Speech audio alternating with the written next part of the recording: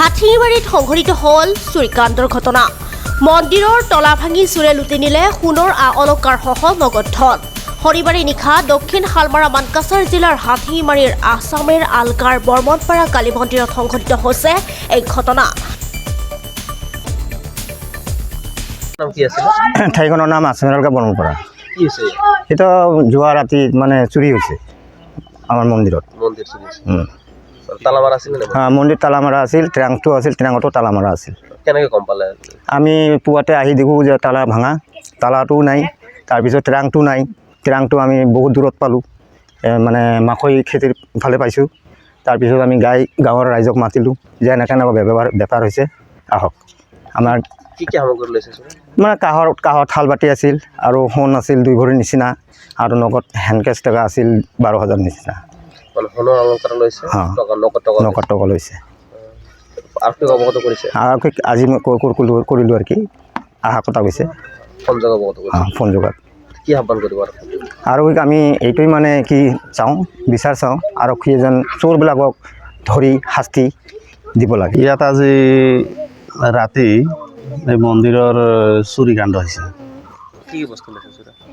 চোৰৰ সোণ অলংকাৰ আছিল আৰু টকা আছিল 12,000।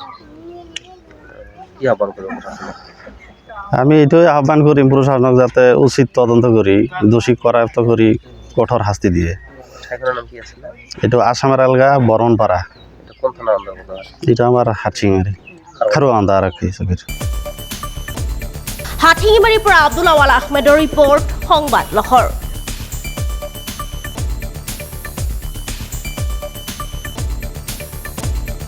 হাথিবাৰীত সংঘটিত হ'ল চুৰিকাণ্ডৰ ঘটনা। মন্দিৰৰ তলা ভাঙি চোৰে লুটি নিলে সোণৰ অলংকাৰসহ নগদ ধন।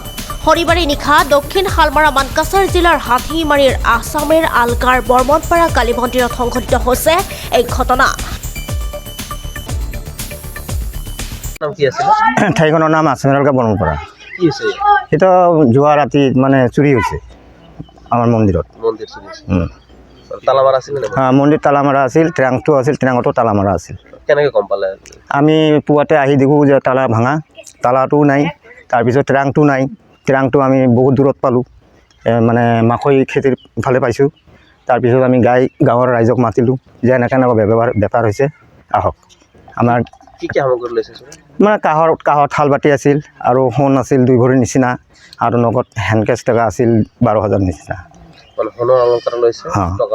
নগদ টকা লৈছে। আৰক্ষীক আজি মই কৰিলোঁ আৰু কি আহা কথা কৈছে ফোন যোগাত। আৰক্ষীক আমি এইটোৱে মানে কি বিচাৰ চাওঁ, আৰক্ষী এজন চোৰবিলাকক ধৰি শাস্তি দিব লাগে। ইয়াত আজি ৰাতি এই মন্দিৰৰ চুৰিকাণ্ড হৈছে।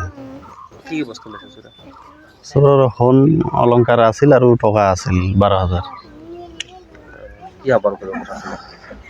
আমি এইটোৱে আহ্বান কৰিম প্ৰশাসনক যাতে উচিত তদন্ত কৰি দোষীক কৰায়ত্ব কৰি কঠোৰ শাস্তি দিয়ে। এইটো আছামেৰ আলগা বৰ্মনপাৰা, এইটো আমাৰ হাথিমাৰী খাৰুৱান্দা আৰক্ষী চকীৰ। হাথিমাৰীৰ পৰা আব্দুল আৱাল আহমেদৰ ৰিপৰ্ট, সংবাদ লহৰ।